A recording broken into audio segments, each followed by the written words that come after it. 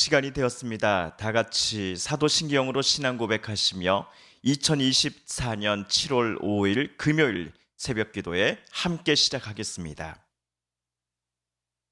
나는 전능하신 아버지 하나님 천지의 창조주를 믿습니다. 나는 그의 유일하신 아들 우리 주 예수 그리스도를 믿습니다. 그는 성령으로 잉태되어 동정녀 마리아에게서 나시고 본디오 빌라도에게 고난을 받아 십자가에 못 박혀 죽으시고 장사된 지 사흘 만에 죽은 자 가운데서 다시 살아나셨으며 하늘에 오르시어 전능하신 아버지 하나님 우편에 앉아 계시다가 거기로부터 살아있는 자와 죽은 자를 심판하러 오십니다. 나는 성령을 믿으며 거룩한 공교회와 성도의 교제와 죄를 용서받는 것과 몸의 부활과 영생을 믿습니다. 아멘. 오늘 우리 함께 읽을 기록된 하나님 말씀 신명기 제32장 26에서 39절까지의 말씀입니다. 구약 315쪽경에 있는 신명기 제32장 26에서 39절까지의 말씀 오늘 함께 읽고 묵상합니다. 내가 그들을 흩어서 사람들 사이에서 그들에 대한 기억이 끊어지게 하리라 하였으나 혹시 내가 원수를 자극하여 그들의 원수가 잘못 생각할까 걱정하였으니 원수들이 말하기를 우리의 수단이 높으며 여호와가 이 모든 것을 행함이 아니라 할까 염려함이라. 그들은 모략이 없는 민족이라 그들 중에 분별력이 없도다. 만일 그들이 지혜가 있어 이것을 깨달았으면 자기들의 종말을 분별하였으리라.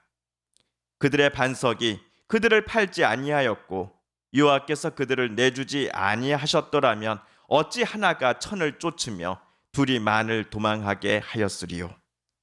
진실로 그들의 반석이 우리의 반석과 같지 아니하니 우리의 원수들이 스스로 판단하도다. 이는 그들의 포도나무는 소돔의 포도나무요 고모라의 밭의 소산이라. 그들의 포도는 독이 든 포도이니 그 송이는 쓰며 그들의 포도주는 뱀의 독이요 독사의 맹독이라. 이것이 내게 쌓여 있고 내 곳간에 봉하여 있지 아니한가. 그들이 실족할 그때에 내가 보복하리라. 그들의 환난 날이 가까우니 그들에게 닥칠 그 일이 속히 오리로다.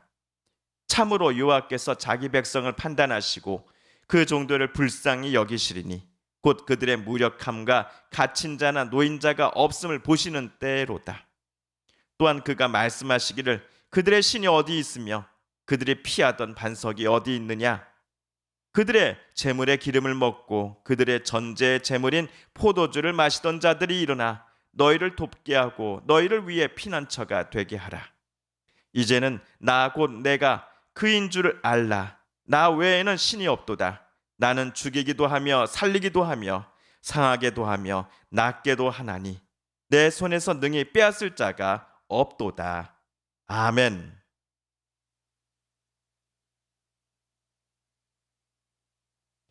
어제에 이어 오늘 본문에서도 모세는 이스라엘 백성들이 앞으로 가나안 땅에서 살아가게 될 때에 혹시라도 하나님 앞에서 패역하고 목이 곧은 백성으로 살아가려고 한다면 그들에게 임할 하나님의 징벌이 어떤 것인지를 노래를 통해 그들에게 알려주고 있습니다. 우리는 상상만 했는데도 간담이 서늘해지는 재앙들을 어제 모세는 말하였습니다. 불같은 더위, 열병, 늑대와 이리의 이빨에 물려 찢기는 일, 독사나 정갈에 물려서 그것들의 독이 온몸에 퍼지는 것으로 인해 패역한 이스라엘들은 죽음을 맞이할 것입니다. 또는 사방에서 이스라엘을 에워싸 쳐들어오는 적군의 칼에 맞아 그들은 죽을 수도 있을 것입니다. 그런데 오늘 26절에 나오는 모세의 노래에 따르면 하나님께서는 교만하고 패역한 이스라엘 백성들을 모두 다 흩어버리지는 않으실 것이다 라고 쓰여져 있습니다. 재앙과 무서운 징벌들이 이스라엘 백성들을 덮칠 때에 하나님은 그들을 전 세계 곳곳으로 뿔뿔이 흩어버리셔서 아무도 그를 기억할 수 없도록 만드실 수도 있었습니다. 하지만 그렇게 하지는 않으실 것입니다. 그 이유가 오늘 27절에 나옵니다. 우리 27절을 새번역 성경으로 읽어볼까요? 시작. 그렇게까지는 하지 않았으니 원수들이 자랑하는 것을 내가 참아 볼 수 없기 때문이다. 나 주가 내 백성을 징벌한 것인데도 원수들은 마치 저희의 힘으로 내 백성을 패배시킨 것처럼 자랑할 터이니 그 꼴이 보기가 싫어서 내가 내 백성을 전멸시키지는 않았다. 이스라엘 백성들이 지금 당하는 징벌과 재앙은 그들이 어리석은 백성이 되기로 하였기에, 그들이 하나님의 말씀을 깨닫지 못하는 민족이 되었기에 하나님께서 저들에게 내리실 것들입니다. 그러나 하나님께서 도구로 사용하시는 주변 강대국들이 오히려 교만해져서 마치 이들 강대국들이 자기네들의 군사력과 외교력만으로 인해 이스라엘을 탄압하고 징벌하고 공격하여 그들을 무너뜨린 것처럼 우쭐댈지도 모르겠습니다. 이 꼴을 하나님은 참아보지 못하신다라고 노래는 말합니다. 아무리 패역하고 교만한 이스라엘 백성들이라 할지라도 하나님은 저들 강대국들의 하나님께서 도구로 쓰신 나라들이 우쭐대는 모습을 참아보지 못하실 것이기에 이스라엘을 전멸시키지는 않으신다라는 것이 오늘 노래의 내용입니다. 이스라엘 백성들의 반석은 온 세상 모든 만물을 창조하신 여호와 하나님이십니다. 여호와라는 그 반석에서 생명의 물이 샘솟으며 그 반석 위에 살면서 이스라엘은 평안함과 화평 그리고 복을 얻을 것입니다. 그런데 패역한 이스라엘이 다른 나라들에 의해 억압당하고 심지어 공격당하여 많은 이들이 포로로 끌려가게 될 때에 이스라엘은 자기네들을 공격한 나라의 신들이 여호와 하나님보다 더 크고 위대하다고 착각할 수도 있겠습니다. 물론 이스라엘을 치는 강대국들은 자기네들이 믿는 신이 반석이신 여호와 하나님을 충분히 혼쭐내고 우습게 여기고 있다라고 생각하겠지요. 그러나 오늘 노래를 통해 모세는 이스라엘 주변의 강대국들이 실은 소돔과 고모라 같이 악하고 패역한 도시에 불과하다라고 말합니다. 그들이 품고 있는 모든 것들이 악함이요 독사의 독과 같이 생명을 빼앗는 것이다라고 모세는 말합니다. 저들은 이스라엘을 칠 것이고 또 다른 나라들을 하나둘 정복해 나갈지도 모릅니다. 하지만 그들의 나라가 영원 무궁할 것이다 라고 생각하는 것은 참으로 어리석은 생각이요 착각에 불과합니다.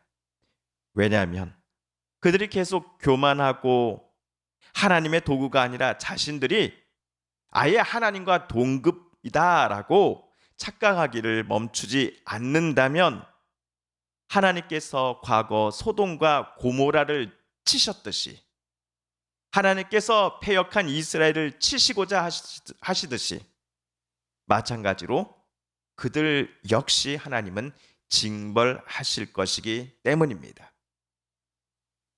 오늘 35, 36절을 세 번역으로 함께 읽어봅니다. 시작. 원수 갚는 것은 내가 하는 일이니 내가 갚는다. 원수들이 넘어질 때가 곧 온다. 재난의 날이 가깝고 멸망의 때가 그들에게 곧 덮친다. 그들이 기진맥진하고 갇힌 사람도 노인 사람도 하나도 남지 않았을 때에 주님께서는 당신의 백성들을 심판하시고 당신의 종들을 불쌍히 여기실 것이다. 성도 여러분, 모세의 마지막 노래 중 오늘 본문에서 우리가 읽은 부분의 가사는 크게 세 가지 교훈을 이스라엘 백성들에게 전해주고 있는 듯합니다. 첫째, 이스라엘이 아무리 하나님께 선택받은 민족이라고 할지라도 그들이 하나님을 저버리고자 할 때에 하나님은 다른 나라들을 회초리와 몽둥이로 삼으셔서 이스라엘을 치실 것입니다. 둘째, 하나님께서 이스라엘을 징계하시는 도구로 삼으신 다른 나라들이 자신들의 거짓 신들을 신뢰하고서는 하나님 앞에서 교만할 경우 하나님 마찬가지로 그들을 또 치실 것입니다. 그러므로 셋째, 이스라엘이 재앙을 당하고 큰 환난을 만날 때는 물론이요, 화평과 은혜를 누리는 시절에도 그들이 온전히 의지하고 또 찾아야 할 반석은 여호와 하나님뿐이십니다. 이 세 가지 교훈을 오늘 모세는 자기의 노래를 통해 이스라엘 백성들에게 말해주고 있습니다. 오늘 본문의 마지막 절인 39절도 읽어볼까요? 시작. 그러나 이제는 알아라. 나 오직 나만이 하나님이다. 나 밖에는 다른 신이 없다. 나는 죽게도 하고 살게도 한다. 나는 상하게도 하고 낫게도 한다. 아무도 내가 하는 일을 막지 못한다. 오늘 말씀을 읽을 때 혹여나 우리들도 하나님의 은혜를 잊어버리고 지금의 평화가 지금 우리가 누리는 행복이 마치 우리 스스로의 힘으로만 성취된 것인 양 생각해서는 절대로 안 될 것입니다. 지금 우리가 갖고 있는 물질, 사회적인 위치, 또 직업 등등의 것들이 혹여라도 나를 지켜주고 보살펴주는 구원자인 양 착각해서도 안 될 것입니다. 실제로 어떤 이에게는 돈이 마치 신과 다름없습니다. 사람들로부터 더 많은 관심과 추앙을 받기 위해서라면 물불을 가리지 않는 이들이 있습니다. 그러나 이것들 중 어떤 것도 하나님이 주시는 참된 생명을 우리에게 가져다 줄 수 없습니다. 하나님만이 우리의 반석이십니다. 하나님만이 살아계신 하나님이십니다. 참으로 지혜로운 사람이란 많은 지식과 세상에서의 많은 경험을 갖춘 이가 아니라 여호와 하나님을 의지하고 알며 사랑하고자 하는 사람이다라는 성경의 고백을 우리는 늘 기억하며 오늘을 살아가야 하겠습니다.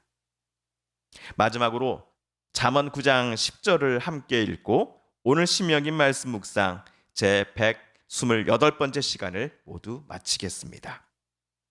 여호와를 경외하는 것이 지혜의 근본이요 거룩하신 자를 아는 것이 명철이니라. 아멘. 주님께서 가르쳐 주신 기도를 드립니다.